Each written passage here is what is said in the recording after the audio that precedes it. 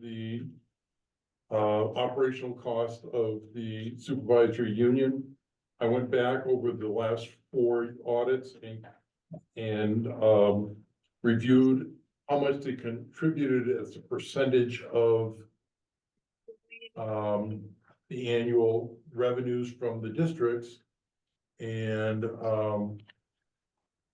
came up with a percentage that seemed fair. And so what I'm suggesting that we do is we return $11,963.95 to Pittsfield, and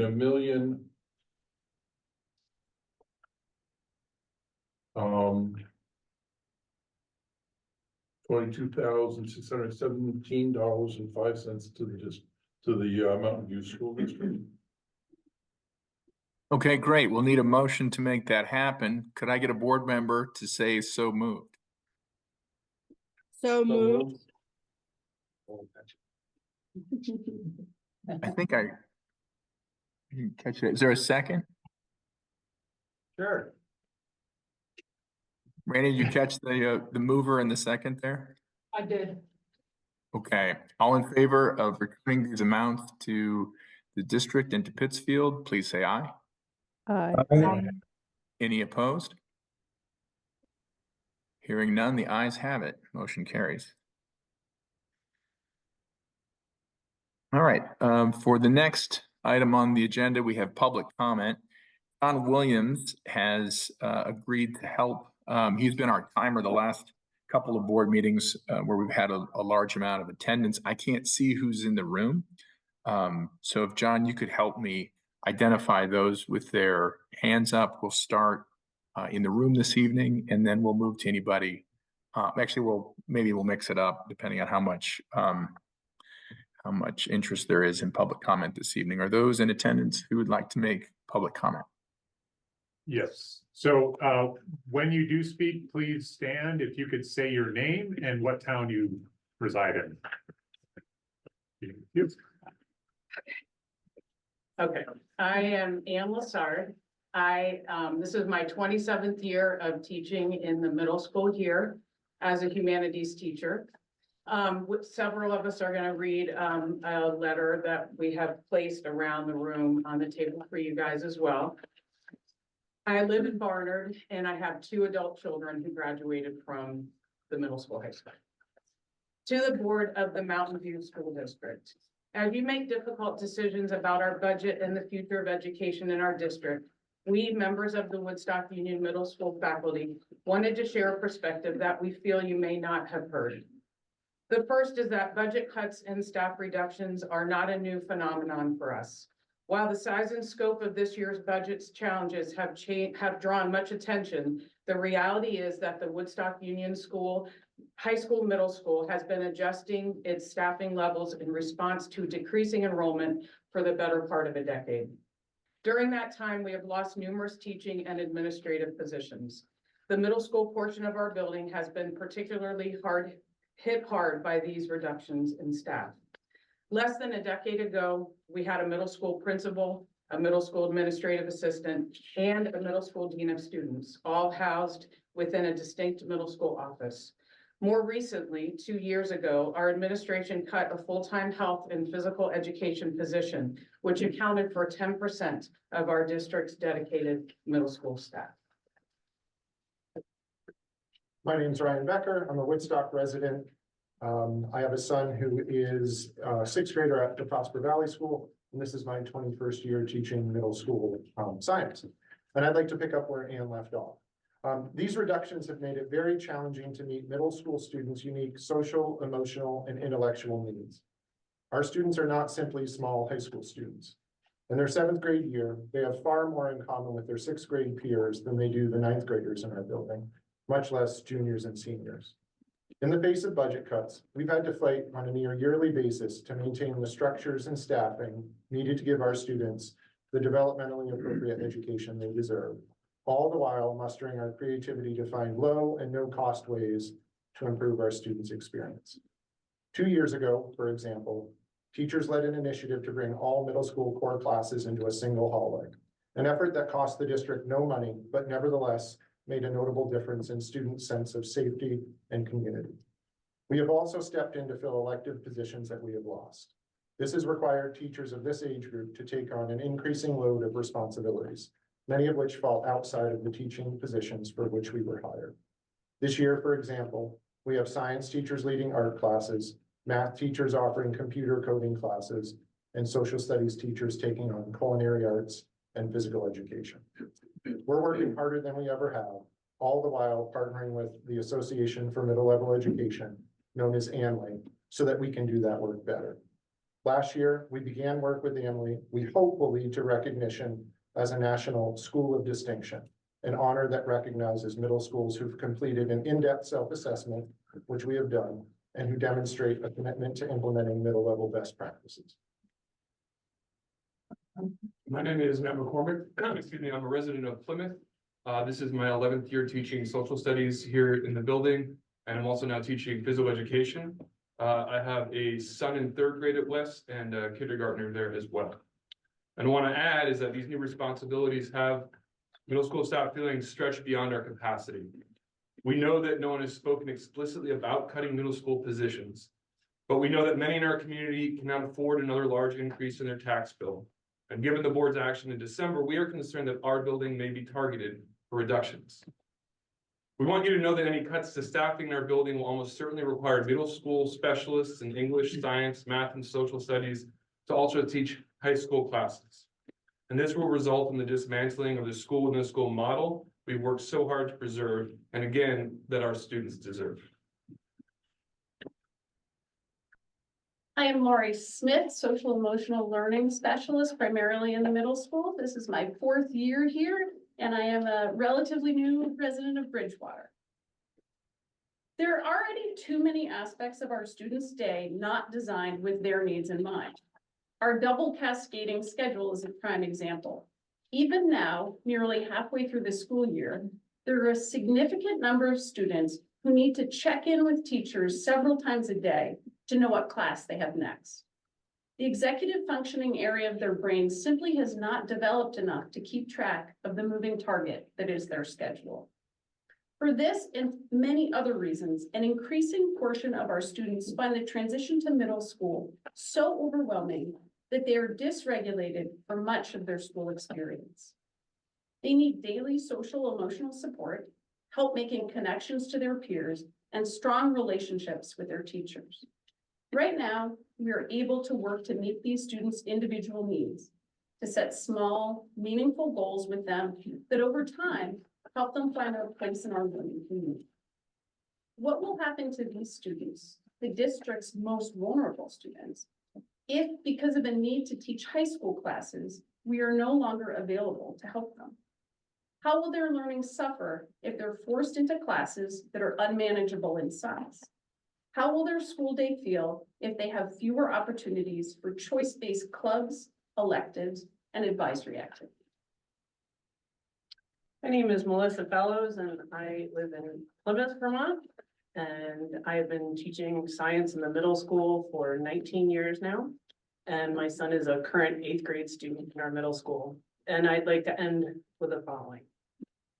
In December, you heard from educators, students, and parents who passionately expressed their concerns about next year's budgets. We applaud these speakers for taking the time and making the effort to make their voices heard.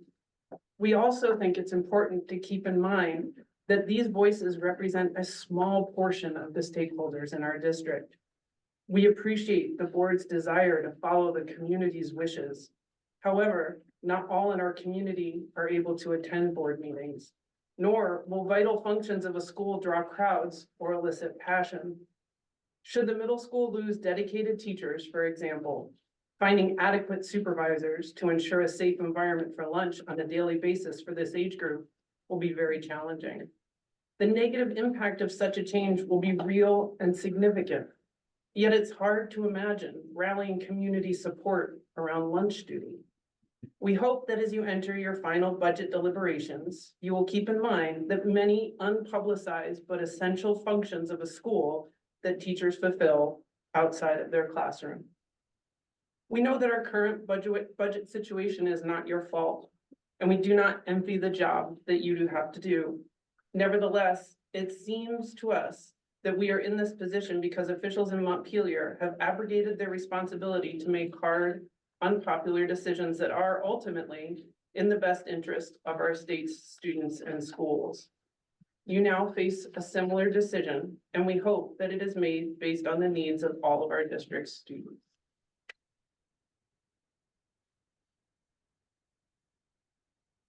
Thank you. Are there others in the room this evening who'd like to make public comment? Yes. I'll let you field it, John. Hello, my name is Vanessa Kramer, and I'm a science teacher. I've worked here since 2013. I'm also the science department chair. I'm Heather Veneta. I've been here for 21 years and I'm a math department chair as well. We just want to make sure that you have the information about the math and science departments. We emailed a letter before the holiday break, and there are copies at your table as well.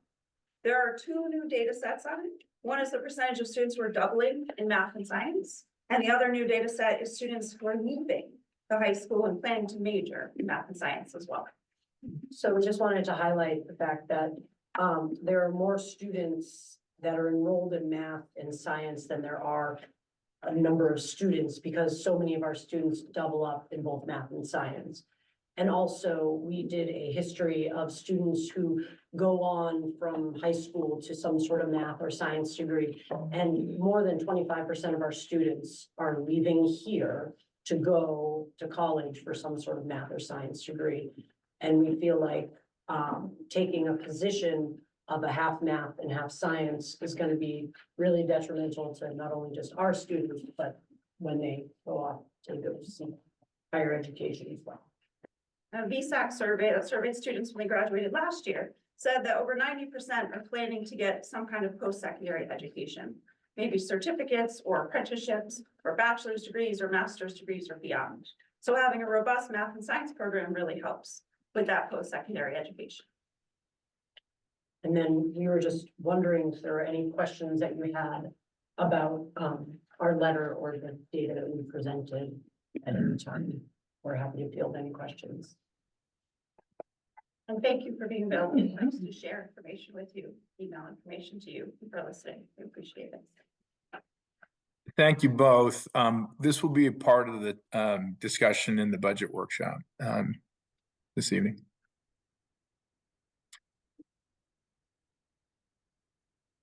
Are there any others that would like to speak during public comment? Now, there will be a chance at the end of the meeting as well. If anyone online would like to make public comment, please raise your hand and that'll kind of put you to the front page so we'll be able to see you. I do not live in this district. My name is Jay Hooper. I live in the town of Randolph. I've served 2 terms on the House Education Committee. I'm in my 5th term in the legislature. The truest statement said so far was the last one in your letter. The legislature is to blame for this terrible dynamic that you all are having to deal with every budget season. So I'm not here to make any certain statements aside from please share with me those 2 letters and anything else you think would be useful to me as I endeavor to basically go tell my colleagues that the most important thing for all parties involved, and that is all Vermonters, is to solve this crisis sooner than any other legislative matter, as we put it off for decades. And it's terrible for children.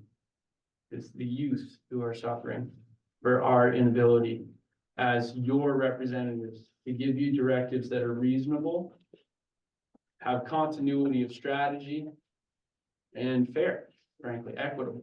So thank you for listening to me, Jay Hooper, and hopefully you'll give me a copy of that letter and another one. Thank you. Ben, Other? would you mind if I just interject with a thank you to Jay for his comments? All good. Well, I suppose I already have, so Thank you, Jay. Sorry, Ben. You're good. I didn't take my hat off. That was disrespectful. We'll let it slide this time. But others for public comment? Yes, So Brian Smith, Woodstock, we have a toddler who's currently on the wait list for the preschool program. Just want to raise awareness around that and how we have a pretty wide spectrum of ages with seemingly arbitrary acceptance criteria. And when I'm hearing the others speak, we talk about preparedness for further education and continuity of education. And what I'm seeing in the decision-making process is that we're accepting younger students over older students based on seemingly arbitrary criteria. As a result, we're setting up some of these students for less success in the future as they matriculate into the more formal education system in the elementary school. So want to bring that up, just raise awareness and see if there's opportunity to review the acceptance criteria so we can make it more equitable for all the children, particularly the children who are more advanced in their ages. Thank you. Can I add as well? This is Mila Korobkova. Go ahead, Mila. Thank you, Brian, for speaking. I'm in Brian's boat, and I apologize I'm not on video. I'm putting a 6-month-old to sleep, but my 3 years old and 4-month-old child is outside. He will turn 4 on September 3rd, and he's on the wait list. So he, if accepted, would luckily be probably among the oldest, but I, similar to Brian, have heard of many kids turning 3 in the summer who have received a space, and we feel similarly that my child who will be almost 4 would be at risk of like literally a full year's worth of falling sort of behind in the curriculum and any exposure and any preparation that he would otherwise receive at Woodstock Elementary School because of, you know, this potential budget issue and the cuts and whatnot. So just adding my voice to the mix. Sorry I can't be on video, but appreciate everybody's hard work. Thank you, Mila. Are you in Woodstock? I'm Right. Pomfret, but I default to Woodstock as primary. Right. Thank you. Thank you. If I could chime in, Kelly Gleason, a resident Kelly. of Bridgewater. Kelly, can you hang on? I got Yes. your hand. I prefer to do it that way. Crystal, do you want to speak? Yeah, we're actually probably going to say around the same thing. So I have a 3-year-old that's also on the wait list for Killington. And I'm also curious to know if maybe Barnard's pre-K program is not going to happen, because we were told that we were going to hear by the end of the week on December 16th about our second choice, Barnard, which is where I live. And I have yet to hear anything about that. All right, thank you, Crystal. We've pre-K is going to be part of our budget discussions. I can tell you that there are decisions that need to be made by the board that will impact the notification that you receive. Others want to put their hand up? I think, who did I cut off? Kelly a moment ago? Yeah, and Crystal covered it. So I also have a current 3-year-old who is turning 4 at the very beginning of the school year, who has been waitlisted at both Woodstock and Killington. So we're in Bridgewater, so sending to either. And there are kids in our same daycare who are just turning 3 in the summer who have been accepted. And we've also heard that there are families who lied about their address that are actually in Rutland County, but used a storefront address for Killington and were accepted over sending district students. Thank you, Kelly. Thank you. Others for public comment? Okay, hearing, all right, anybody else in the room? Sorry, before I move on. Nobody else in the room, Ben. Okay, great. Let's move on to the superintendent's report. Sherry? Yes, I would say my report is in the agenda, and I'll defer my reading so that we can move forward with the other board tonight. Great. Thank you, Sherry. Let's move on to our time scheduled appointments. The first is for accepting resignations, and I'm just getting down to that.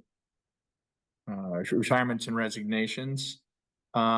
Lisa Kaya at the Reading Elementary School, our visual arts teacher, has provided her notice of retirement. We have can't see who's in attendance. We typically have someone say nice things about our faculty members who are leaving. Is anyone in attendance prepared to do that? There are a number of people who would like to speak. Okay, wonderful. You know, John, I'm going to tap you to moderate anybody in the room for the rest of the meeting who would like to speak. Could you maybe field these for me? Happy to. Thanks, John. Great, so he's a nice thing, so I'll cross some things off here that. As I read, because I did enlist a little help, because there are people in the school that know Lisa longer than I have, and I really want their perspective. She's a tightly woven thread of the res school history. She's been an active member of our education community as a parent, a volunteer in the PTO, and then also 2 decades as an art teacher. She contributed to a rich art program that includes a collaboration with the Hall Art Foundation, has been instrumental in securing grants, not only to bring in artists and residents, but also to help with the construction of the outdoor classroom. She brings us weekly art challenges, opens our eyes to world-renowned art, and keeps the school connected to the greater Reading community through her relationships and multifaceted roles within the town. She brings her love of nature, exploration, sense of adventure, willingness to experiment in diverse world experiences. She coordinated multiple after-school programs previously, the art club and a cross-country running club. She supports res students in the educational team in all ventures, enriching ideas, and is an excellent companion on field trips. Personally, I don't know if anybody's a Ted Lasso fan, but last year she made me like biscuits, like in the box and brought. I won't forget that. She's an amazing teacher and above all, an exceptional person, and she'll be tremendously missed. Thank you. John. Thank you. Adam. Yeah, I can speak as a board member from Reading, a neighbor of Lisa, a recipient of the Kaya generosity that we've had in the last 15 years of living in this town. 2 children that are graduates of Lisa's multiple layers of education and just general humanity. I don't think there's a better way to say it than she's just good people, period, right? And how could you not want someone like that teaching your kids, being your colleague, your neighbor, and a very important community member? So selfishly, she's still my neighbor, and I know she'll be very involved in the Reading community still. I did try and recruit her to be a board member, denied though. And I just want to add, so you never want to be on the opposing side of Lisa.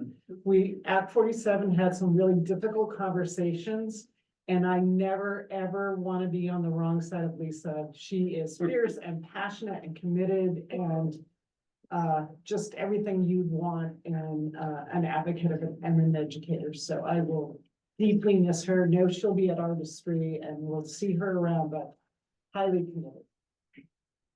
Don't be on her other side. Looks like Anna had your hand up. Yeah. Yeah, everything that everyone has already said, in addition to the fact that absolutely beloved human being, what a remarkable way that she was able to intertwine community and school. It's so wonderful that our Adams and my children get to see her at school and also get to see her at the local community events. And we just love you, Lisa, and you are irreplaceable. Thank you. Thanks, Anna. Looks like Carrie. Yeah, thanks, John.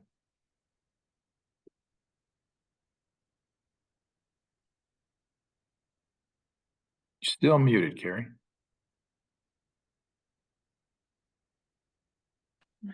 There you go. I just want to say that Lisa is a very good friend of mine, and she has taught in so many arenas around our community, not only in the schools, but at Artistry. And she managed to instill a love of art in my grandchild. And I just will regret that she's leaving, but I thank her for all that she has done. Thanks, Carrie. Others who would like to speak on Lisa's retirement? Okay, great. Thank you, Lisa. The next item is to discuss the withdrawal of funds from capital reserves. Jim, this is an item that's in the agenda. I guess, Jim, can I ask you to tee this one up as well? I'm happy to talk about it. In October, the state of Vermont Department of Ed notified the district that we're scheduled for PCB testing next summer.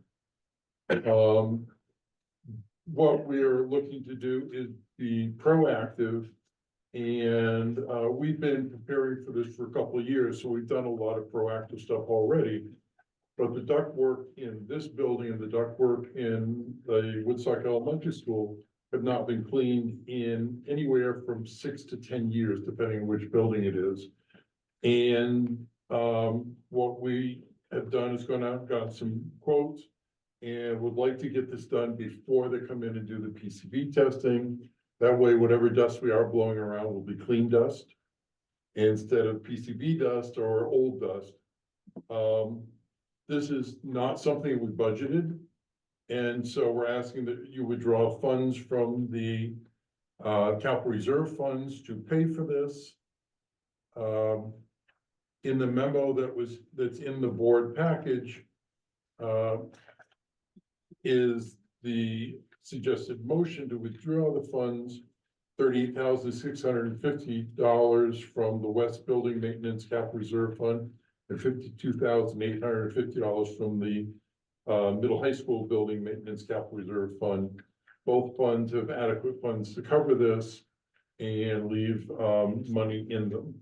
I would ask Matt, if, as the chair of the B&G committee, you want to speak to it too? Certainly. So this was presented to the committee. We fully support this initiative. It will result in better air quality in these buildings. And as we've all discussed in this forum over the last few years, and we've maybe seen in the news if you're following it, that it's really an unfunded mandate. If there's any PCBs found, there's no money to remediate it. And what happens is buildings are closed and students are having to find other places to be educated, which we really don't have in our community right now. And the testing is more strict in Vermont than any other state. So this is a pretty important thing that we prepare for this test. Before we get into any further discussion, Matt, could I ask you to make the motion that Jim has teed up for us for these expenditure amounts? Yes, so I'll make a motion to withdraw the funds from the capital reserve balance to conduct the WES and WUHSMS duct cleaning as proposed. Great. Is there a second? I'll make a second and open it for discussion. Thanks, Anna. You want to speak to it? Yeah, so it sounds like an absolutely appropriate thing to do and maybe something that needs to be put on a schedule. I hate to hear that our ducts are not getting cleaned every decade. That's kind of crazy. And it feels a little retroactive that we're going to do it just to pass this test. And I hope that moving forward, we can do a more regular, frequent job of providing clean air for our students. Thank you. Thanks, Joe Anna. and I added to the capital improvements list of scheduled events, so it will now become part of a routine. Awesome. I appreciate that. That was good. Other discussion? Josh. So as somebody that works in building maintenance, that's why I was just gonna ask this question.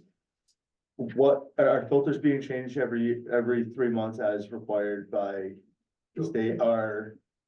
I mean, there's a lot of things that go into it that are preventative for this. Filters during COVID were changed much more frequently than they are now or before.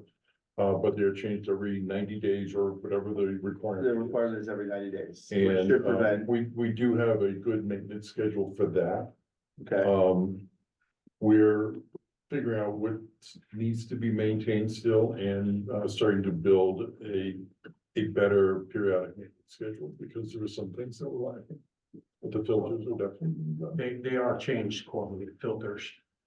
Reading Elementary, we just did a new HVAC system down there, so the ductwork there is good. When we redid Prosper Valley, the ductwork was clean there as well. So the only outlier would be Barnard Academy, which has a very short length of ductwork. But these two larger schools, it had been several years before they had been done. All right. Thank you, Josh, Jim, and Joe. Other discussion? Okay, let's take it to a motion. All in favor of approving expenditure of these amounts from capital reserves, please say aye. Aye. Aye. All opposed? Hearing none, the ayes have it, the motion carries. Okay, great. All right, the next item on the agenda is our budget workshop. I'm going to share my screen. I've got some updates after the last couple of board meetings where we were, I think we were left with a lot of questions. We being Jim, Carrie, Sherry, and I had additional discussions during the holiday break, and we're able to track down some of the items that the board had expressed some interest in and then provide some additional perspective. So I will share my screen and pull up an update of, this is let's see, of our budget presentation. Can everyone see my screen? Yes. Yes. Okay, great. This is a hopeful time up here, our final budget session. But let's see what we can do. I guess before I kick this off, just to not bury the lead, I'm going to make a recommendation as the finance chair of a particular budget number and a particular items adjustments from our to the FY26 budget kind of coming out of our last meeting. The purpose of this presentation is really to kind of tee up that recommendation, but let's go ahead and go through it. This is just an update. I'm going to skip a bunch of these slides because they're from our initial kind of kickoff of the budget discussion. These first two bullets on this slide are kind of repeats of what you've seen before, and that is last year, you may recall, the tax commissioner had announced this, the sky is falling, essentially 18.5% was the average. Our district saw much higher tax rate increases in each town than that. This year, that projected number at this stage of the game is 5.9%, so far better. And then the second one is just a reminder that, we know that kind of the start of the budgeting exercise this year in the summer was when the legislature brought back this excess spend threshold, and the mandate from the finance committee and to the administration was to avoid that penalty phase. After identifying $2.5 million worth of cuts and strategies to avoid that penalty phase, new numbers came out from the state, both in terms of our ADM numbers, that's our membership, our enrollment, and our adjustments to the excess spend threshold that would have required us to cut an additional $400,000 or $500,000, and that the administration at that point did not identify specific cuts to get there, but we had our last board meeting where we kind of saw what the impacts of that would be. And I'd remind board members that when we ran the numbers that came out prior to the last board meeting, that that's the projected property yield and CLA numbers to show the actual tax impacts of what those penalty phase would be. we were surprised to find that they were relatively minor, the impacts. And even with some exposure to penalties, each of our member towns is forecasted to have lower education taxes than FY26 from FY25 without cuts to school programs. I should say with fewer cuts to school programs than we had asked the administration to make. So I'd like to get into some of those details and skip some of these items. Just a reminder, some of these kind of major budget drivers. I think the most significant one, well, not most significant, but one of the big ones is our ADM, that enrollment number. It's highly formulaic. If you look in the board pack, you can see that we've got just south of 1,000 actual students enrolled in our district, but this kind of manufactured weighted number, we have 1,520 last year. And then this year, it slipped on us down to 1,466. That's significant because it determines your per pupil spend. You can make all kinds of cuts to your budget, but if your enrollment falls, then your per pupil spend is going to go up, and that's what sets the tax rate. Our health insurance, 12% increase. That's, this number that really continues to increase faster than inflation and forces us to find more savings against programs. That number translated to about $300,000 on top of the $3 million that we were, looking to have to cut, adding to the challenge. And then in the CLA, what we saw come out from the state is that those increases to the common level of appraisal, those continued to slow. They slowed this year as compared to previous years, which was really the major driver of the increases to the tax rate. So we don't need to talk about the yield bill. This is the budget priorities slide. The last time that I presented this, there were only the two numbers that you see at the top of the slide. That is the avoiding the excess spend threshold. At that time, it was $2.5 million. Now it's closer to $3 million if we wanted to make that our priority still. And the health insurance increase that we just talked about. So a pretty tough road to hoe, right? 3.3 million in savings. But we've got our arms around, a big chunk of that. Just to recap, when we talked about some of those strategies that our principals and our superintendent were recommending, we saw a pretty massive outcry from our communities around the unified arts. And the number that was provided at the last board meeting was for reinstating all of our elementary unified arts. That's about 350,000.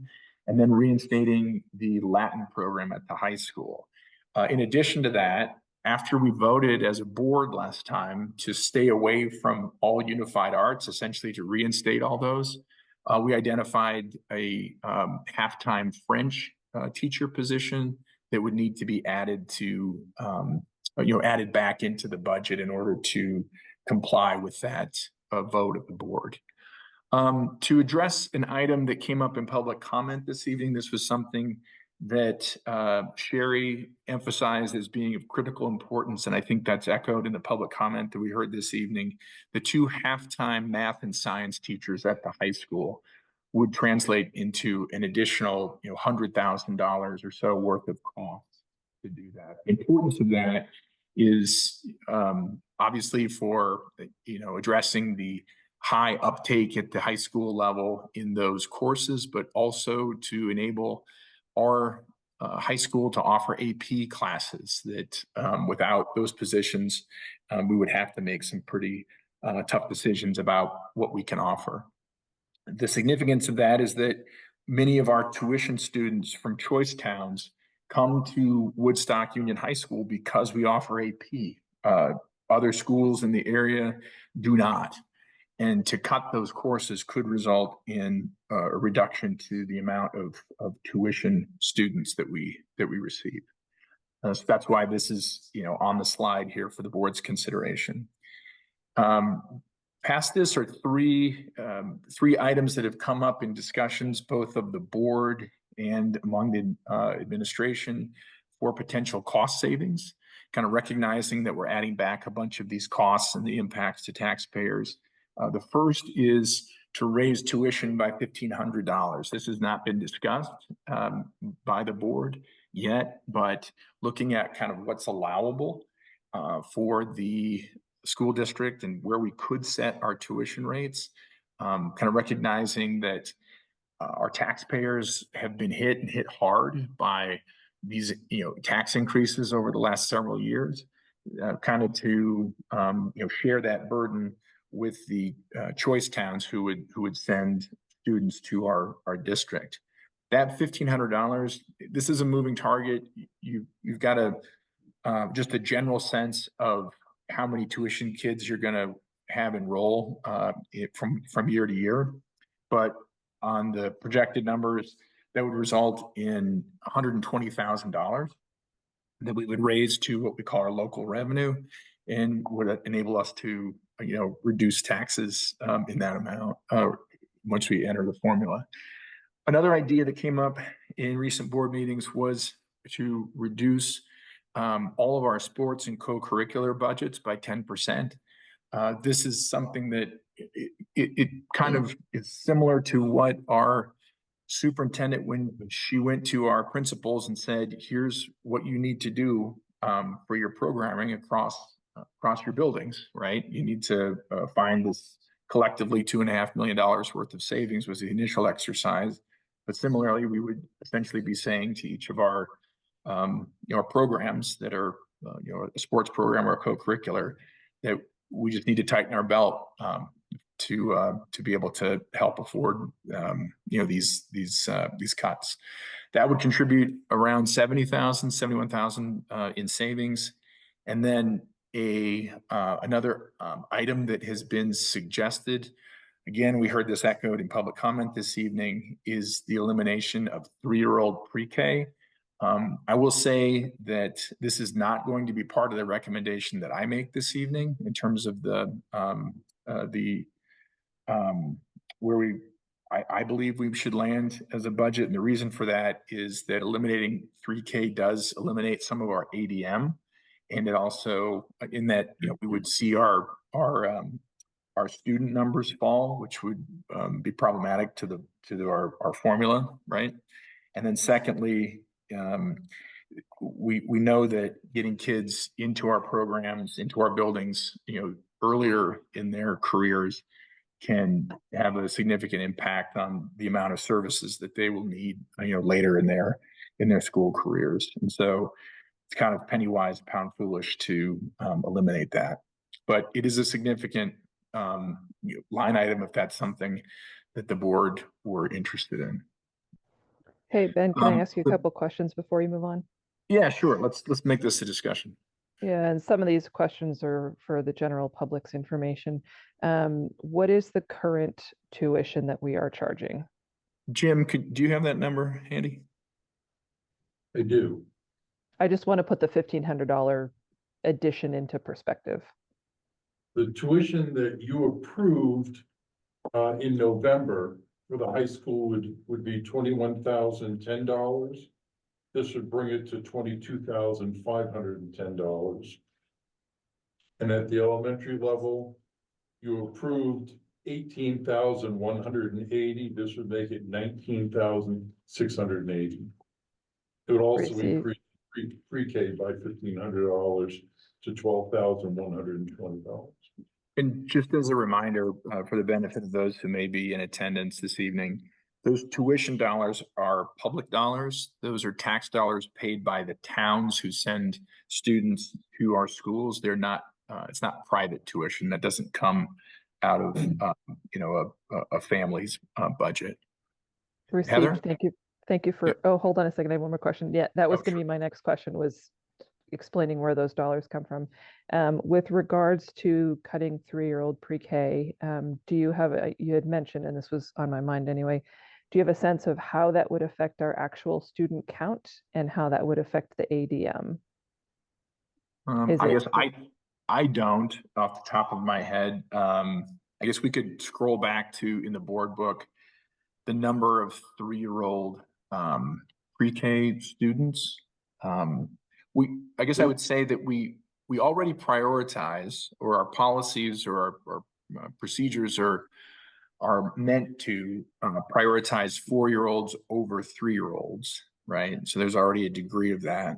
But I don't know, does Jim or others have any kind of back of the envelope sense of how that would impact our ADM? So Ben, real quickly, this year we have 48 3-year-old pre-K members, according to the December 20th report from RAF. Okay. We get 41% of them counted, so about 22 of those count. And then because it's a 2-year average, we get about 11 full FTE counts from them each year that they're here, until they come into kindergarten where they become a full count. Okay. Brilliant. Yeah, I'd Thank have you. to plug that in to see what that would do to the actual tax rate. That's okay. I just want to give everybody kind of a heads up as to how it's going to affect. And again, we receive money from the state based on our student count in ADM. So yeah, just want to make sure that information is out there. Thank you. Right. Can I follow up to ask how the 306 number was produced? Was it the idea of eliminating a couple classrooms? Yes, 2 classrooms. Yeah, both of those at West, isn't that correct, Tim? Two classrooms and paras at West, yes. Okay. And Elliot? Yeah, hi, Ben. I just wanted, if you could go back to one of the first slides where you mentioned that even with the penalty phase, the taxes, all but one of the towns, which I assume is Plymouth, we're gonna go down. Is that the tax rate or the actual tax bill that they will receive? Because Tax rate. That's tax rate. Yeah, that gets back to the kind of qualifier that for towns who have done recent reappraisals, your tax rate is going to be applied to a new value of a new home value. And for the towns who've done those reappraisals, I think it's 4 of our towns, and with Killington being the 5th plan for this year, the increases to property value are far more meaningful than the decreases to tax rate. So the amounts, I mean, typically, right, you could have somebody who's an exceptional case, but in general, home values have gone up significantly in our school district. And as a result, even if you've got a decrease to the tax rate, that increase to home value will cause an increased amount of taxes that a homeowner would need to pay.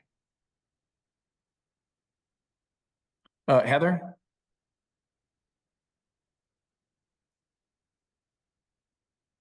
Heather, you're muted.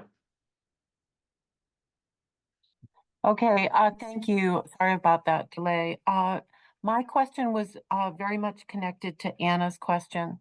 For the preschool ADM, what's the decimal? What's the fraction that a preschool student is counted at? Jim, did you say 0.4, 0.41? It's 0.4, I think it's 0.43 or 0.46. I can look it up. 0.46 sounds right. Compensated for 10 hours, right? Great. No. That's Go ahead, Jim. We get paid as part of our ADM at 0.46 of a full FTE. Thank you. That was exactly what I was looking for. Thank you. Other questions at this time, or should I continue? Sounds like I am good to go.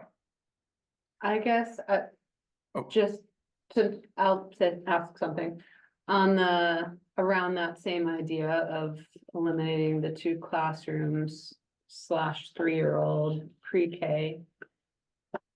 Would it be possible to fill out all the, fill out classrooms in the district by age, such that, if pre-K classrooms that existed in Killington or Barnard or Reading were not full, they could accept, 4-year-olds, obviously, but any 3-year-olds up to the point of capacity. Say the Corinne, oldest 4-year-olds that, wanted to sorry. be a part of the Corinne, program. are you saying that we would eliminate 3-year-old pre-K in all of our schools, but then make an exception in order to keep those classrooms in Barnard and Reading viable? Yeah, exactly. I mean, an exception is one way of putting it, but the idea is that, yeah, obviously it's better in terms of ADM to have full pre-K classrooms. And if we decided yeah, I guess it would be an exception. But yes, it would be to allow younger students, if there were room in any of the classrooms that we were budgeting for. And then you get a few extra ADM. I mean, it wouldn't make that much difference, obviously, but. I can speak to that, and I maybe would ask Jim and Sherry to join me here. Following the last board meeting, there was some questioning by board members of, what is the basis for the equity among our elementary school buildings and the requirement that offerings be the same. And Jim looked into our articles of agreement following Act 46, and there are numerous references throughout to equity of offerings at each of the elementary schools.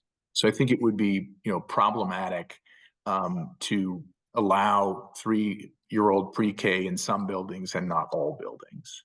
I guess we could see that. I think it's not for discussion, but to probably sorry? work. I think it's probably not worth taking the time to work through that now, but I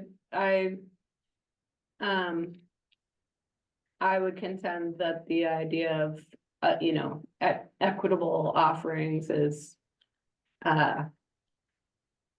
opaque. We're not offering the same thing campus to campus. So, we've got combined classrooms in some schools and not in others, including pre-KK. But that's probably not a discussion for right now, because that's. Let me do this, because I think seeing the actual numbers will be potentially enlightening. We looked at several scenarios at our last board meeting, and we've updated those scenarios. And I think it's meaningful. So let me maybe park the questions for a moment, and then show you kind of the full picture, and then we can maybe get back into it. So I need to go with my other materials. Sorry. Okay, here we go. So let me blow this up a little bit. This is a little bit harder to see materials. Each of these blocks that I've got on this kind of Excel spreadsheet, shows the tax rates in different scenarios, starting with the FY25, our current year. This is where everybody just really got crushed. Even the 3 towns who did, reappraisals, Reading, Bridgewater, and Barnard. To Elliot's point earlier, anybody in Bridgewater can tell you that their tax bill went up, even though their tax rate went down significantly, right? But the towns that didn't do reappraisals, Killington, Plymouth, Woodstock, you're talking, 30% tax increases, 36%, right? That's kind of what had us all shell-shocked when the legislature announced, the return of the excess spend threshold. So anyway, looking at these different, scenarios, I guess the one I want to zero in on, just kind of cut to the chase, I'm recommending this evening, is the 6th scenario. What it would entail would be kind of everything you saw on that slide of the priorities, without reducing pre-K any further, right? So what that entails is, that original cost savings proposal, honor the board decision at the last meeting to add back all UA, add back the 2 positions for the high school math and science, those 2 half-time positions. Then do the 10% reduction to the sports and co-curricular budgets, and then add that $1,500 to the tuition rate.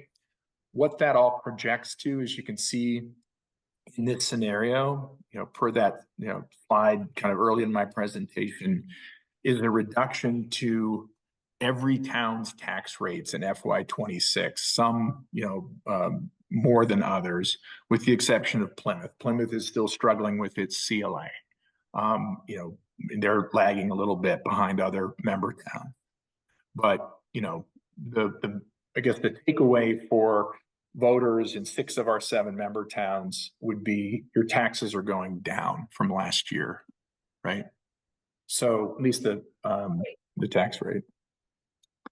What that would, and then I guess if you went back to, a scenario where we're looking to avoid excess spending, right? And that's what this first scenario is staying out of the penalty phase. I know there were a number of board members who expressed interest in that. That would entail, putting back none of, UA or those science and math positions, and making an additional about $500,000 worth of cuts, which would be devastating to school programs.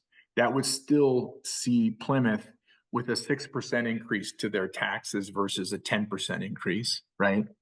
So not really, saving them from the pain that CLA is causing.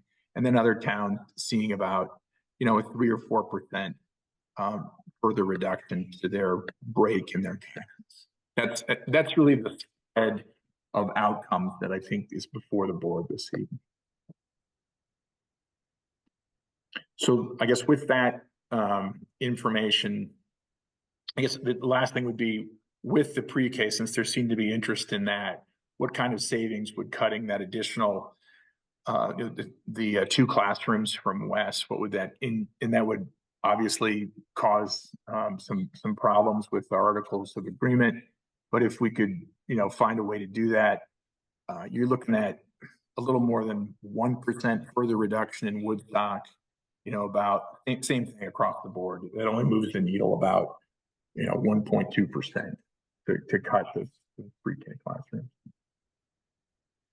So that's the reason why I'm recommending this scenario. I think it addresses a lot of the feedback that we've gotten as a board from our constituents, while still doing well by the taxpayer in a time where we've got some room. Discussion? Yeah, question. So in scenario 6, the one you're recommending, how much of the 3.3 million that we were attempting to reduce out of the budget would be achieved? Yeah, let's take a look there. So 6 is in this column. Sorry, I'm going into the numbers behind the. So yeah, about 4, because we'd be looking at around 900 in penalty phase exposure there.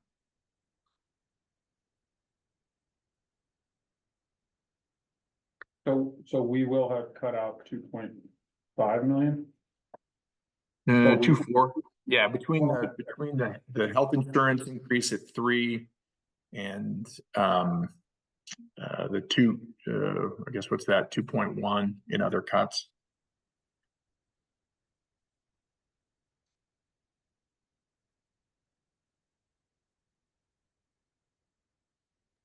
Other questions? Then on that 905,000, what would be going back to the state, right? So we would be paying for 905,000 worth of services and staff. How much of our taxpayer dollars would be going up to the state? Yeah, I don't have a breakdown of that. I think you're looking at, roughly, it's about 900,000, because that's what you have to pay, but that's calculated into these rates, right? So you're still looking at a 11% decrease to the tax rate in Reading with that penalty. Right. If I remember correctly, it's about $2 for every dollar into penalty phase. Is That's right, a general, It doubles, right? So like if you want to spend that 900,000, it costs you 1.8 million is the okay, idea. thanks. So your budget for tax rate calculation purposes from the state, they just count that portion of it twice. Received, thanks. Yeah. Elliot? Yeah, so what is the estimated ramifications on the sports and co-curriculars by cutting by 10%? Any idea? Yeah, I had a discussion with Ramsey, our football coach, on that. I don't know if he appreciates me repeating that. Yeah, he said most of the football program's budget, for instance, and I think it's Jimmy, can keep me honest here, but maybe it's 700,000 or something like that. That's all but- sports. Sorry, that's everything, right? That's everything. But he said it's mostly equipment refurbishment, right? Like you got to send in the helmets so that they're safe, shoulder pads, all that sort of thing, so that they're in good condition. But when I asked him, I said, could you make it work for a year? He said, yeah, we'll do whatever it takes to, to help the district and the taxpayer.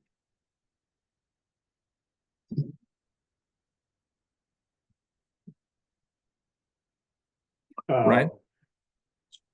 Yeah, I'd like to ask if we could maybe increase the tuition by maybe $1,000 per student instead of 1,500.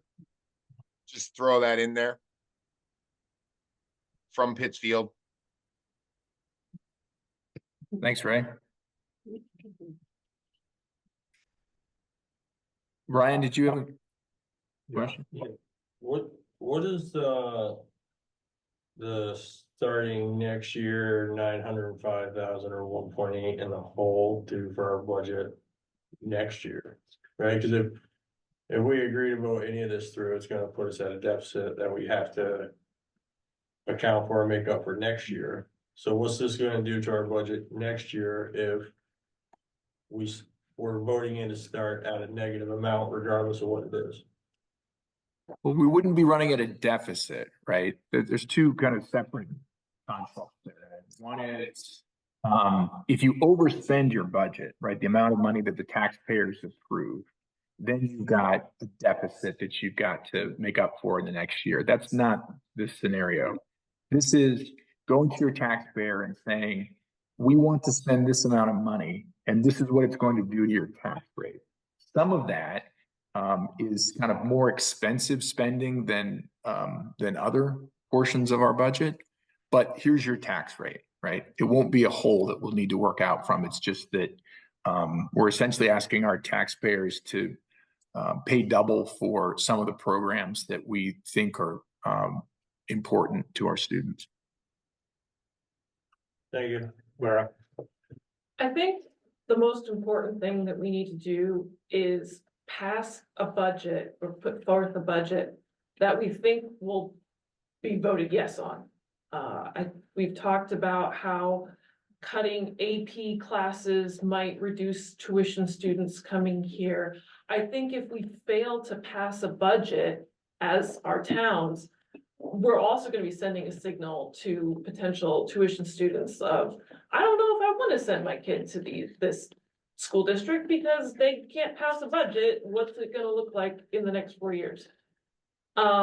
We didn't send out any kind of survey as a board. I did try to survey Bridgewater residents using Facebook and the Front Porch Forum and a local church listserv, and I didn't get like a ton of responses, but half of the people that I surveyed, giving them the previous 4 options of make additional cuts to stay under the threshold, keep with the cuts that we'd already discussed, add back 450 for the UA, and don't make any cuts at all. And half of the people wanted maximum cuts, stay out of threshold, keep our taxes down. And the second largest group was the opposite end of things of, don't make any cuts at all, we'll pay for it, it'll be great. And then, there were some people in the middle there. So I realize that Bridgewater is a tiny town and maybe it's like, well, okay, even if half of Bridgewater people vote no, we have enough people in all the other towns that'll vote yes. That's something that we have to think about. Because, we can put together something that we think is nice and is good for students, but if it gets voted down, then it didn't matter that we made the nicest budget. We still don't have a budget. Bob? Yeah, I would respectfully disagree with the philosophy that our responsibility as board members is to promote a budget that we're sure that will pass. I think our responsibility is to put forth a budget that's the best for the children of our community. We've got a lot of support apparently so far for not cutting these important programs. The worst thing that can happen is that we go to town meeting day and the budget gets voted down. If it does, we'll come back here in April and we'll start again, pick it up from there. John? So I just wanted to clarify, I think I clarified Ryan's question for Ben, which was, if we don't make the cuts this year, there's, that money's still in the budget for the following year. So what, I guess what he's asking is, what is that, how does that impact continue to snowball? I can take that. I mean, so if you just roll forward this year's budget to next and you assume some inflation and you assume that healthcare is gonna go up a ridiculous amount like it does every year. And then you assume that the state's gonna put out numbers that are gonna try to restrict district spending, then yes, we'll be in excess spending again next year. And a little bit worse next year than we would have been if we weren't in excess spending this year, but we actually just don't know until we get there next year. And they run and the state runs all the numbers again. By this time next year, they could have changed the education finance system. If if they say they might do what they might do, but we just don't know. Corinne? Yeah, I mean, to that point, I feel like, it is important. I mean, I sort of felt like at the last meeting, the administration and the principals and everybody, they worked their asses off to get us to a draft budget that didn't go over the excess spending threshold. And came forward with, I thought was like a very fair, obviously well thought out proposal. And in my mind,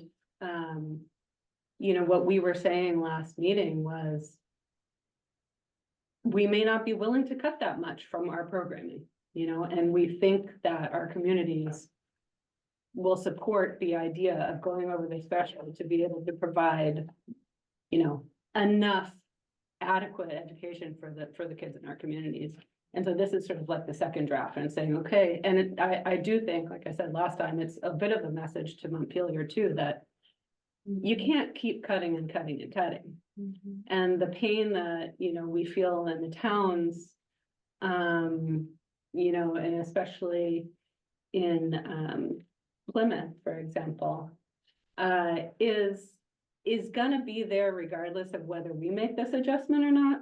It's a bigger problem that is gonna be addressed, legislatively one way or another, and maybe in ways that hurt a lot more. But, I agree that it's kind of up to us to say, this is what we think is the best thing we can put forward, and to encourage our towns and our, everybody to support it. I mean, we've historically had amazing support for our budgets year after year. So yeah.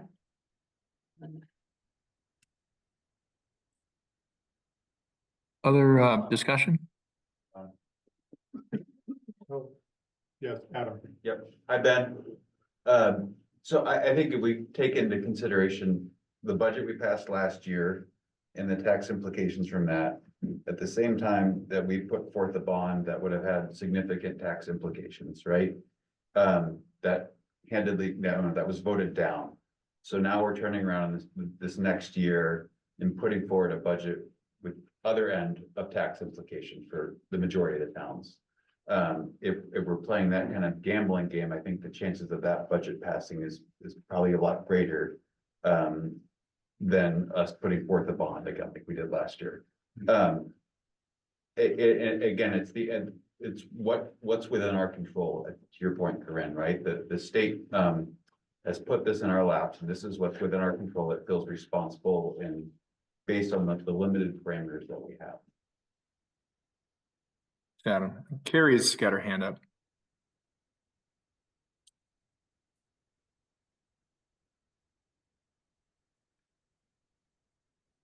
You're muted, Carrie. Trying to find out. Yes, it's a little tricky on my phone here in Argentina.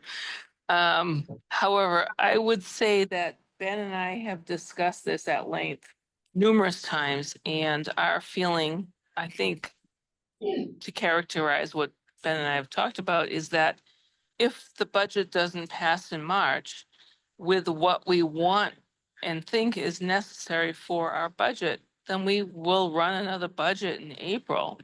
And we'll have to do what we have to do. But because there are so many unknowns right now with the legislature and what's going to come forward, and even the numbers that are provided regularly to us, I personally, at this point in our thinking on this, I feel we should put in what we feel is necessary and what our community has been asking us to do, as well as Sherry and the principals, along with restoring some of the positions they cut. And so that is what I personally think is the best thing to do.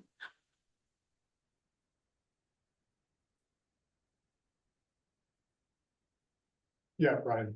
How long would Plymouth be catching the short end of the stick on this deal as far as being the only town with an increase to their tax rate? When they get reappraised as a town, will then it be a similar drop to the rest of the community towns? That's correct. I'll slide up here, Ryan, so you can see. And Pomfret was the first in our in the district, not last year, but the year before. They did a reappraisal, and then the increases to their tax rate last year were less than the other towns, right? So they kind of got a 2-year benefit or so from that reappraisal. But you can see that even last year, on a percentage basis, the towns that did a reappraisal, Reading, Bridgewater, and Barnard, saw significant decreases to the tax rate, right? But to my comment to Elliot earlier, the individual homeowner, they're watching their home value go from, say, 285,000 to 600,000. Decreases of a quarter, it aren't going to be as meaningful as that property value doubling, right? To the amount of money that they have to pay. But that's not a function of what we do as a school district. That just means that people are taxing the fair market value of their homes, and those fair market values are increasing.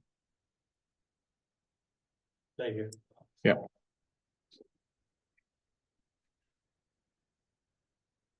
Other discussion? Carrie, I think I heard you say that. Yeah. Oh, go ahead, John. Yeah. I'll just say I support the option number 6 that you've recommended. I know our board didn't really get a chance to fully discuss adding back the science and math positions in the last meeting. But I truly think that we want to be able to offer those AP classes in math and science. I feel very good about adding back the UA. Just to personalize it a little bit, my daughter's a senior and we've applied now to 14 colleges so far. We've got a few more coming. And, I'm reading, what do you need to do to get into these schools that are selective? You need to have as rigorous of a course selection as possible. You need to have languages for 4 years. And so if we don't fund those math and science positions, if we did cut the languages like French and Latin and some of the Spanish, then my son will not have the same opportunity that my daughter just did. And so I really feel good about, our messaging. You know, we were asked to try to find 3.3 million to take out of our budget. We found, if I get the numbers right, 2.4. We couldn't find any more without significantly deteriorating the quality of education, which then would have started, you know, kicked off a vicious, you know, downward spiral of cannibalism where we actually get fewer students and the numbers just get worse. So I'm behind the idea of having some of our budget in penalty phase. And I think we have a good message for the voters. Thanks, Matt. A couple folks with their hands raised. I can't see who. This is Anna. Would you like a motion to accept scenario number 6 on this budget? Yes, is that you making it? Yeah, I'll make the motion that we, as a board, it sounds like there's a couple of folks around the board that are in support. Our community, as far as parents, as was just spoken to, and our teachers and our students have come out and really would like this. And I think it's a really nice balance, although we're going to go into penalty phase, a really nice balance of providing our students what they need and also being cognizant of taxpayer dollars. Thank you, Anna. Is there a second? A second. Okay, further discussion? Ben, can you scroll down to see scenario 7 a little further, please? Sure. That's cutting 3-year-old pre-K in addition to, you know, kind of on top of scenario 6. I'd also like to give out lots of gratitude and high fives to Ben and Carrie and administration for doing so much with this. Thank you all so much. Thanks, Anna. Heather? Thank you. If we do move forward with needing to make more cuts, I would like to propose we change the language from dropping 3-year-old pre-K to how many classrooms we propose to cut. Because the state allows for up to 20 pre-K students in a classroom as long as there's 1 adult for every 10. And closing a classroom does not need to mean excluding all 3-year-olds. So I want to throw my voice behind Corinne's on that. It's about the language we use, how many classrooms we close. Thanks, Heather. Thank you. Other discussion? Okay, all in favor of the motion on the floor to set the FY26 budget in accordance with scenario 6 as shown, please say aye. Aye. Aye. All opposed? Aye. Is that Josh? Yes. Is anyone else? Is there anyone else opposed? Yeah, I'm going Okay. to say nay on that. You're a nay, Heather? Yes. Okay, so that's, I guess I'm asking, because I'm remote, I'm asking the nays to identify themselves. It didn't sound like there were as many nays as there were ayes. Raina, since this is being conducted with a Zoom option here, are we required to do a roll call at this point? Yes, you are. Okay. John, as the in-room moderator, since I can't see who's in the room, could I delegate this roll call to you? Sure. John, please have them state their name so that people on Zoom knows who's voting. Yes, so we'll go around the room. We'll start with Bob, and if you can state your name and how you vote. Okay, Bob Crane, Pomfret, aye. Lydia Locke, Pomfret, aye. Laura Bowers, Bridgewater, aye. Adam Hamley, Reading, aye. Ryan Townsend, Bridgewater, aye. Josh Linton, Plymouth, nay.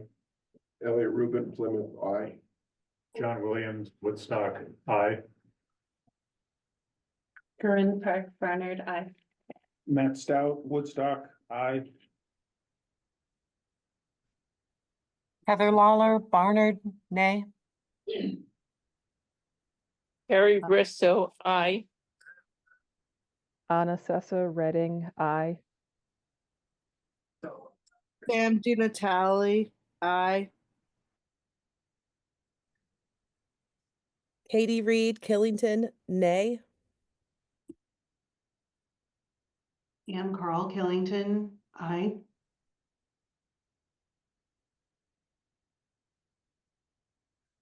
Can we hear from Ray Rice, please?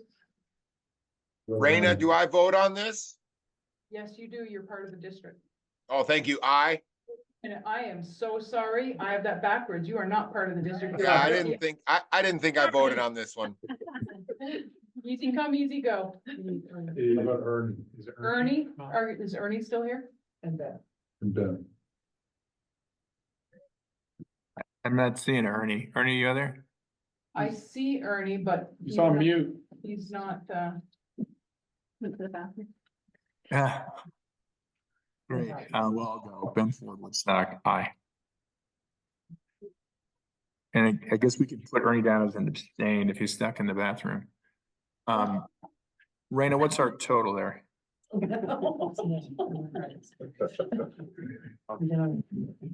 7, 8, 9, 10, 11, 12, 13 yeses. 13 to 3 to 1, is that correct? 1, 2, 3 no's. Okay, I'm making Ernie an abstain. The ayes have it, and the motion carries. This will be the budget for FY26, and I thank the board members for their careful consideration of the budget during this difficult budgeting season. Raina, do we need to make a motion with the official numbers and language? For the record, that would be helpful. Yeah, we can do that. Okay, let me get back to the agenda. I think that we actually have the warning as the next item. Actually, we had said after the budget workshop that we were going to set the tuition rate with that increase of $1,500. At least that was that's what we would need to do to achieve the. Didn't we just cover that in that vote? Because that was included in the. I think Jim and I spoke about this before the meeting. I believe we are required to set the tuition separately. We've done that.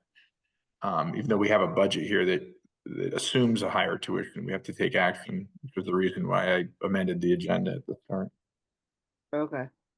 I'd like to make a motion. I think, okay, I mean, do you want, I can. A motion? Yeah, a motion would be great, but I think we need to have the actual amounts of the tuition that that will be set. If you have those, great. If not, maybe we could have Jim read them off. We're setting that to Sure. The high school tuition would be $22,510.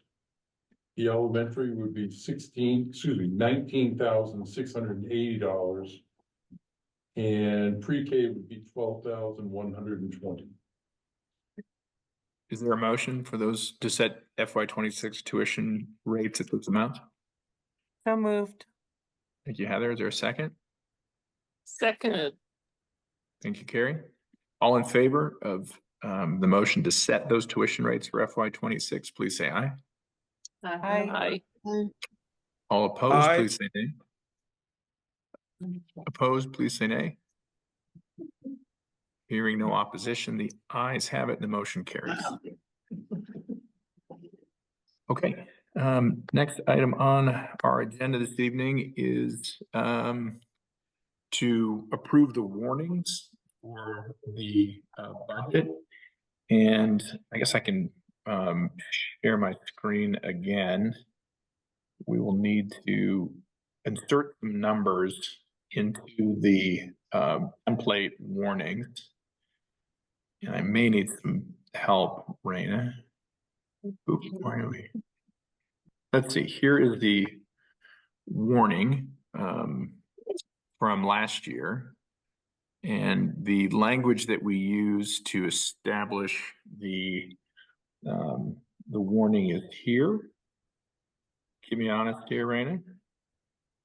So just to clarify, this is the warning for this coming February, not last year.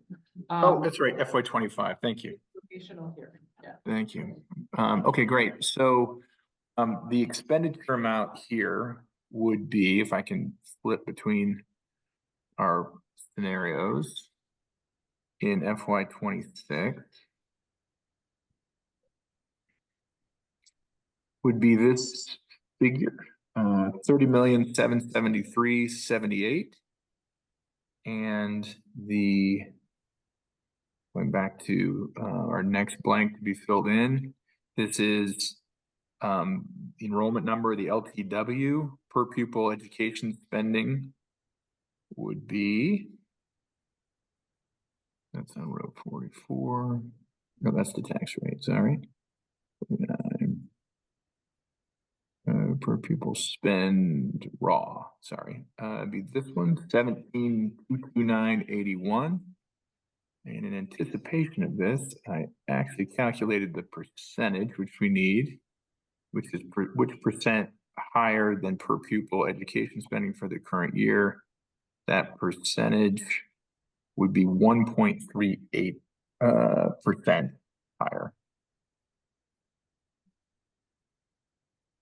Is there a motion to approve the warning with those figures inserted in the blanks?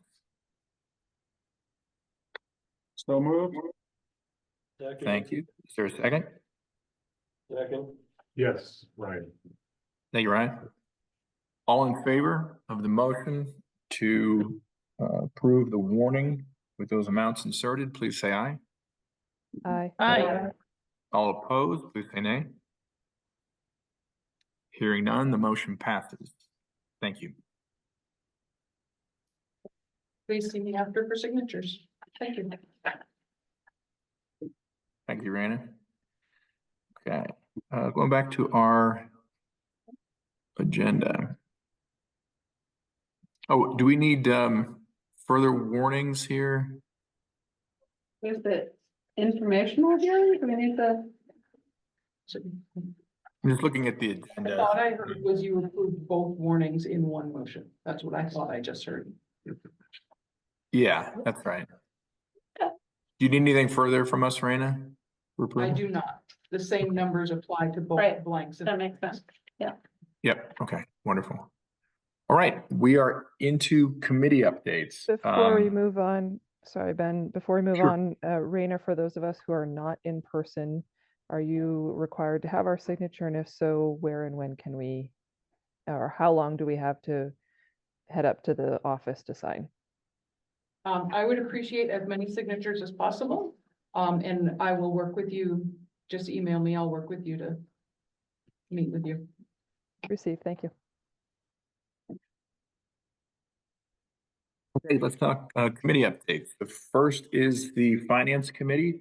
Finance has taken enough air out of the room tonight. We will not have a further update, but really thank you to the committee, to the superintendent, to our principals, Jim, Raph, Joe, everybody who worked so hard on the budget this year. It was a really tough task and I really appreciate the work. Kudos to all of you. Policy, Elliot. Yep, so today, tonight, we're basically second reading of the policy on student activities, clubs and athletic policy. Basically, this codifies, how we deal with sports, co-curriculars, how we get the clubs to be, to move to sponsored sports, et cetera. We offered this last time, and to Sam's point, we certainly welcome any feedback or discussion on this, which you're welcome to do. I am going to make a motion that we, in light of that we, since we haven't gotten any feedback or anybody coming back, that we have a motion to have a third reading next time so we can have adequate time to discuss it. You're welcome to email me. You can come to our committee meeting, which is on the 27th.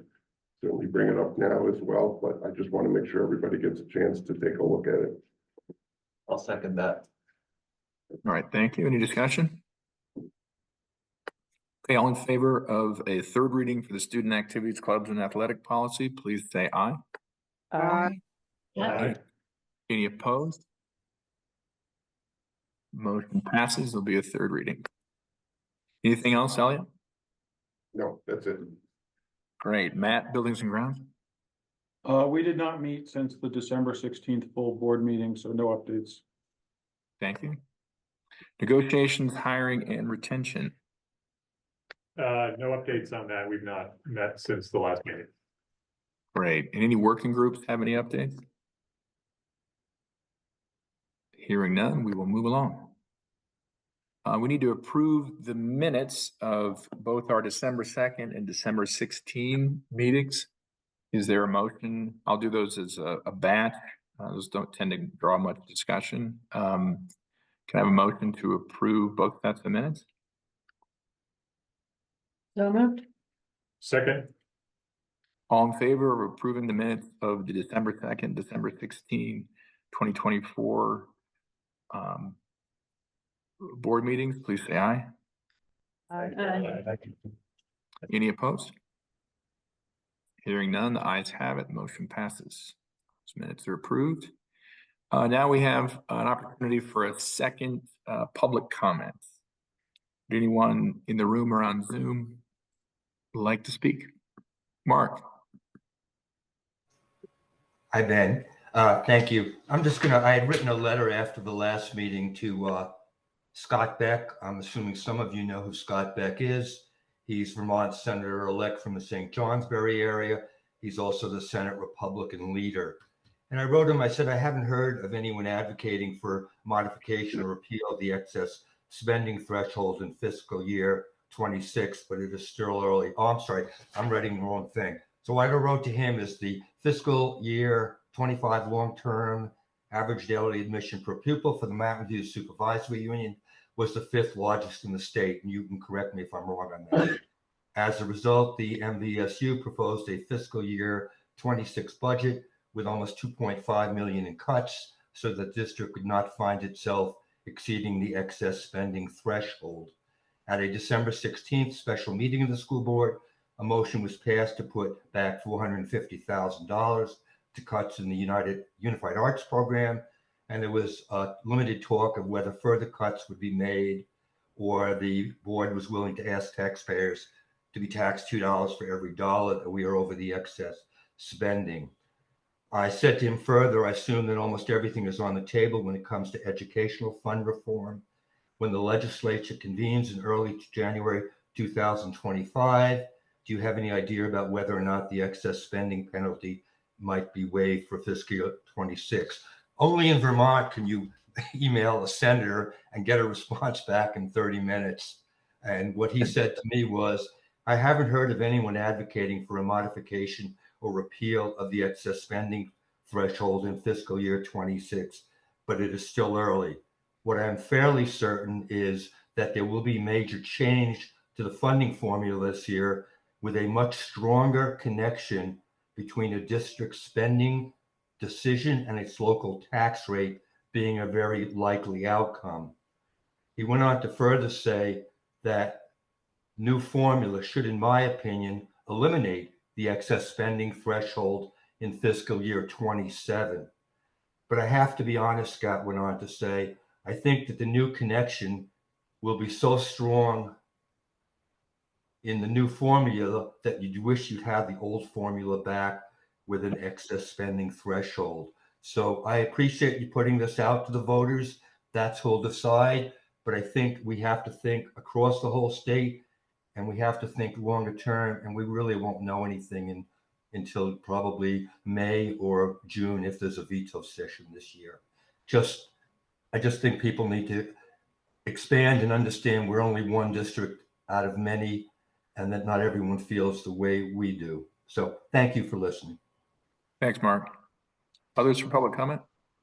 Yes, yeah, in the room here. Hi, my name is Leanne Tapley. I am a Woodstock resident. I have a 7th grader and a 9th grader, and I'm also the varsity field hockey coach. I would like some clarification on the budget cuts for the athletics, because according to your fiscal year 25 proposal, the athletic budget is $488,000, which would make a 20% cut. And I just would like to know where you're going to cut $71,000 out of that $488,000. Hey, Lena, And we don't typically respond in public comment, but it's also co-curriculars. So things like field trips or clubs that are outside of athletics. That's how we get to that 700 something $1,000 number and 10% of that. so I can speak to field hockey, and it was said that the football budget is 70,000 and it's actually 7,000. That's right. Thank you.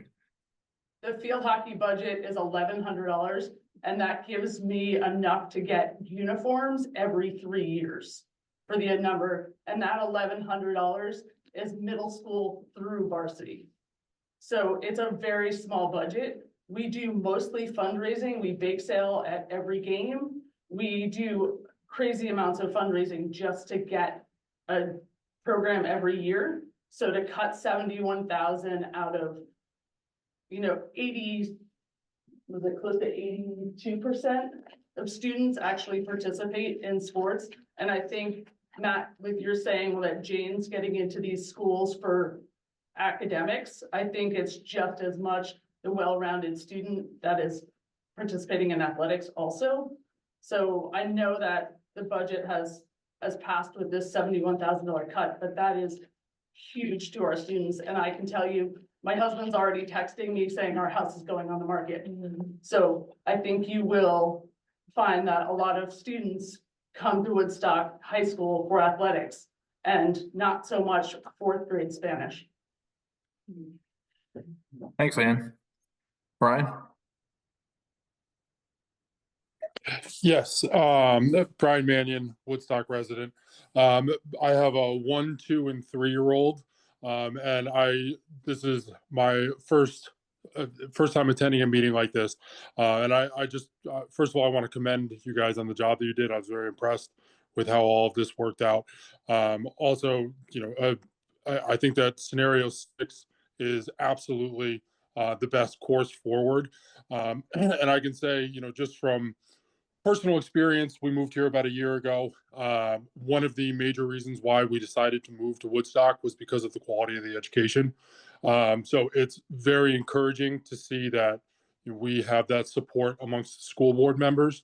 And just specifically to one of the comments that I heard about there being issues with people choosing to send their kids to the school based on whether or not we were able to get a budget approved on the first go through. I can tell you from personal experience that in all the research that we did on schools, never once did we come across anything that had anything to do with whether or not a budget had been approved on first pass the prior year. So I just want to say thank you very much. And, we're very happy to have our kids being part of this school system. Thanks, Brian. Others in the room?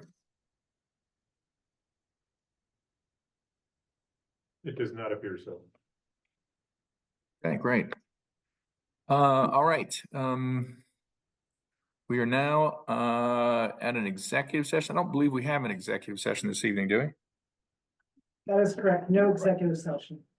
Okay, it's time for the happiest part of our board meetings, our reflection. Would any board members like to, hang on, let me rewind. Laura, did you miss your opportunity for public comment? Yes, I'm sorry. No worries. Laura can go back. Silva, Woodstock. Yeah. First of all, thank you all. This has obviously been so much work and it's really stressful for everybody involved. I'm sure for you guys and for faculty and staff and for parents and the community in general. So we all appreciate all of the effort you put in. I know that you don't respond to public comment, but I just wanted to know, just for the sake of clarification, because I was looking at the slides. The first slide that you showed, it said put back all of elementary UA, but then it wasn't specified in the case number 6 that you chose. So just for the sake of clarity, is it all of UA or just elementary UA? I'm happy to answer that. It's all of UA. It's both elementary UA and then the Latin position at the high school and the half-time French teacher position. Cool. Okay, thanks. Sure. Thank you so much. Yep. Okay, last call, and I mean it, like last call for public comment. All right, hearing none. Any board members have any reflection this evening? Anna? As usual, I have nothing but good things for the board members. Thank you all for continuing to give your time, and those, again, who have given exceptional time around the extra budget work. You all are why I keep coming back, so thank you so much. Thanks, Anna. Anyone else? Okay, thanks everybody. Oh, go ahead, Ernie. I just wanted to concur with Anna. Ernie, we missed you for the budget vote. You get the bathroom door get locked? What happened? Just kidding. I had a flight, a special meeting. All right, is there a motion to adjourn? Looks like Carrie, Carrie go has for it. something. That Argentinian mute button continues to plague you. Yes, I'm off the coast of Argentina. Sorry, guys. I did not plan my dates very well for the next 3 months, but anyway, I just want to say thank you for everything and thank you for the thoughtful time that was spent on considering these budget issues that we are facing. And I just do hope that we will proceed forward in the next several months with the legislature. And if we don't, then we have to do what we have to do. So thank you all. Thanks, Carrie. Sam? I just want to say, yeah, I mean, I concur with a lot of sentiments said tonight, but also, bless you, Carrie, for zooming in while you're in Argentina, because I guarantee you, if I was in Argentina, that would not be the case. Okay, like, love all of you, but if I was in Argentina, I would for sure not be in this meeting. So, wow, your dedication. All right. That's got to be it, right? Yep. Is there a motion to adjourn? Motion to adjourn. Second. How about a second? Second. Oh. All in favor of adjourning at 8:11 p.m., please say aye. Aye. The ayes have it. We are adjourned. Thanks, everybody. Thank you. Thanks, Chris.